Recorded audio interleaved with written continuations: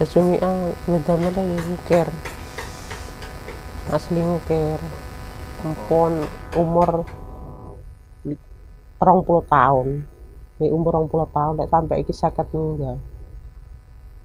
Tigang dosa luwih. Tigang dosa luwih. Asale pripun?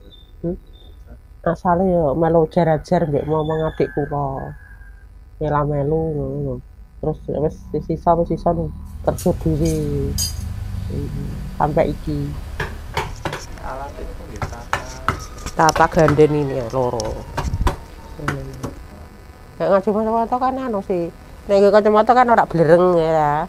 Nek dinggone ngono kan padang, cerah ngono. Carane usiane wis ana kan anjen tak niki kan aja nggo kacamata. Sak niki ngono.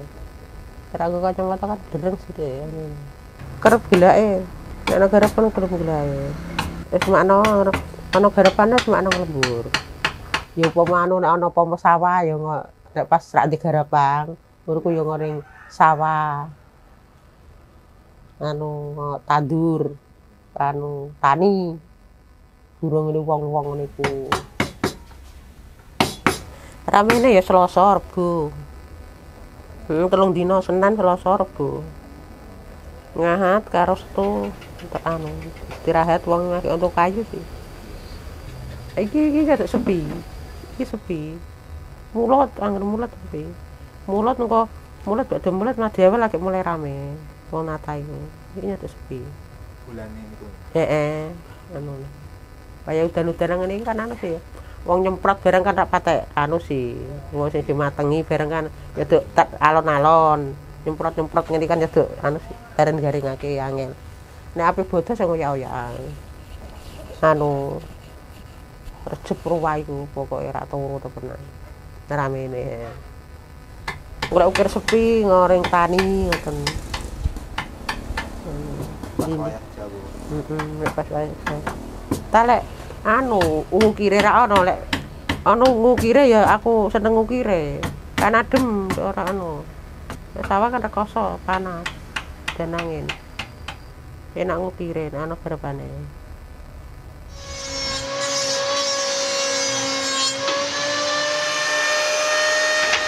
Nama saya Pak Bambang Widodo. Saya pengrajin sekaligus pemerodak mebel Jepara, khususnya minimalis dan ukir. Sementara ini 5 pekerja. 5 pekerja. Yang di tempat 2, yang di rumah 3. Sementara ini. Kesulitannya masalah penjualan, terus penjualan sama cari tenaga ukirnya. Dulu pernah tak dirikan semacam tempat belajar mengukir.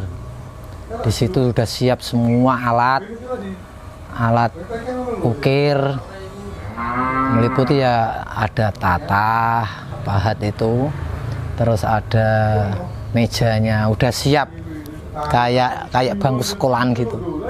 Tapi ternyata ya enggak tahu, mungkin ya PT-PT gede itu. Terus peminatnya hilang, akhirnya nggak ada. Jadi untuk mengatasi itu aku cari tenaga ukir lama. Walaupun menurut usia itu sudah harus pensiun, tapi ternyata dia masih ada power, masih ada tenaga untuk ngukir, ya terpaksa saya gunakan. Saya mengikuti itu pekerjaan ini. Kalau minta borong tak kasih borong, minta harian tak kasih harian, minta per motif tak kasih per motif. Di sini itu mengikuti. Kalau ukiran dulu kan lebih jelas motifnya. Kalau bunga ya harus bunga. Kalau sekarang enggak. Sekarang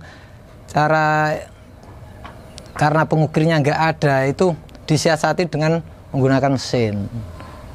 Jadi kalau enggak menggunakan mesin, tetap tenaga ukirnya pasti keteteran. Ya, hasilnya rame. Cuman apa yang dijual? Enggak ada ukiran.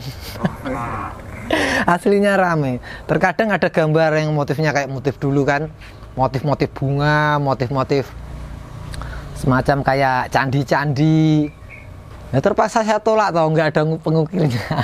Karena aku yakin lambat laut pasti nanti ukiran itu banyak yang nyari. Dalam artian banyak yang nyari sekaligus mahal harga. Ya khusus untuk para generasi, khususnya Jepara. Karena Jepara kan kota ukir. Masuk kota ukir nggak ada pengukirnya kan. Nah, menurut saya ini ya diusahakan tradisi ngukir, keterampilan ngukir ya harus ada toh di Jepara.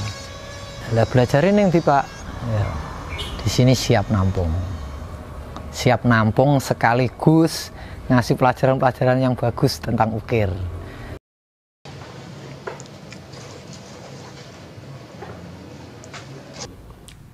Ya, sejarah ukir sebenarnya bagaimana perkembangan sebuah kebudayaan ya, tidak hanya dimulai dari Kartini, tapi jauh sebelum Kartini itu seni ukir sebenarnya setelah berkembang ya. Pada zaman Ratu Kalinyamat, bahkan pada zaman Ratu Sima, seniman-seniman ukir Jepara itu karyanya luar biasa indahnya. Tetapi karena pengelolaan waktu itu tidak baik oleh para perajin atau seniman ukir, kemudian beliau melihat bahwa karya agung seniman ukir Jepara itu tidak memiliki korelasi dengan tingkat kesejahteraan. Bahkan beliau melihat kehidupan seniman ukir waktu itu sangat miskin. Mereka digambarkan tinggal di gubuk-gubuk bambu dan kemudian menunggu karyanya untuk dibeli oleh pembeli tanpa dia memiliki posisi tawar. Era Kartini termasuk bisa disebut bahwa beliau merubah orientasi seni ukir dari ukir hanya untuk seni, kemudian dirubah oleh Kartini dalam bentuk kerajinan ya. Kerajinan harapannya memang melalui seni ukir itu kemudian masyarakat waktu itu atau perajin waktu itu atau seniman waktu itu kemudian bisa diberdayakan ya, mendapatkan penghasilan yang layak dari karya-karya agung mereka. Dan memang terbukti melalui pola yang dilakukan Kartini dengan melakukan pembinaan atau bahkan pengasuhan seperti itu, kemudian seniman ukir Jepara mulai berkembang. Kedepannya seni ukir itu harusnya berkembang karena kekuatan absolut Jepara itu seni ukir. Jepara bisa besar seperti ini karena seni ukir. Jepara bisa hebat seperti ini karena seni ukir. Masyarakat bisa sejahtera seperti ini karena seni ukir. Tapi kemudian sekarang ditinggalkan. Yang berkembang tidak lagi seni ukir, tapi mungkin minimalis ya, minimalis, kemudian garden.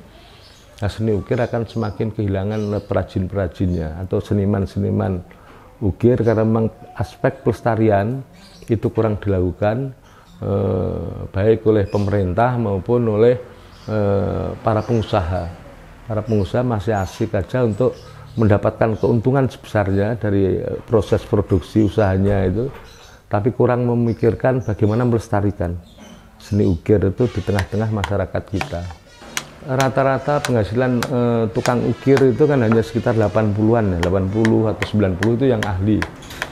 Tapi kemudian yang lain, misalnya tukang kayu, tukang batu kan sudah di atas itu 120, 130 itu, sehingga tidak menarik lagi perhatian orang atau anak-anak muda untuk bekerja di sektor ini. Kemudian tahun 2000-an, 2010, 2012, 2013 itu kemudian muncul sektor tenaga kerja lain, dunia industri di Jepara yang mulai berkembang pada tahun 2013-2014, berkembang pabrik-pabrik besar yang kemudian dapat menyerap tenaga kerja dari kelompok-kelompok muda ya. Mereka lebih tertarik masuk ke sektor industri daripada kemudian sektor kerajinan, khususnya mebel ukir, yang tadi dari sisi penghasilan tidak jelas besarnya, misalnya model penggajiannya, tingkat kesejahteraannya.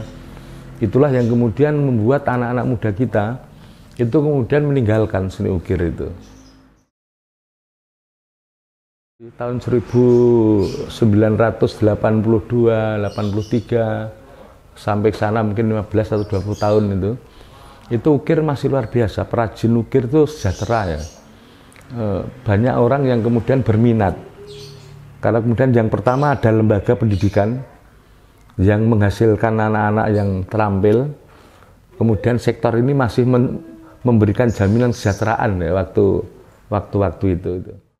Jadi pada tahun 1983 1980-an 5 atau 6 itu oleh pemerintah Kabupaten Jepara ini momentum masuknya sektor ukir, seni ukir itu ke pasar internasional memang. Jadi ada kegiatan 1980-an 6 itu pameran di Bali yang disebut Jepara Handicraft Exhibition. Pameran ukir terbesar pertama yang pernah dilakukan itu.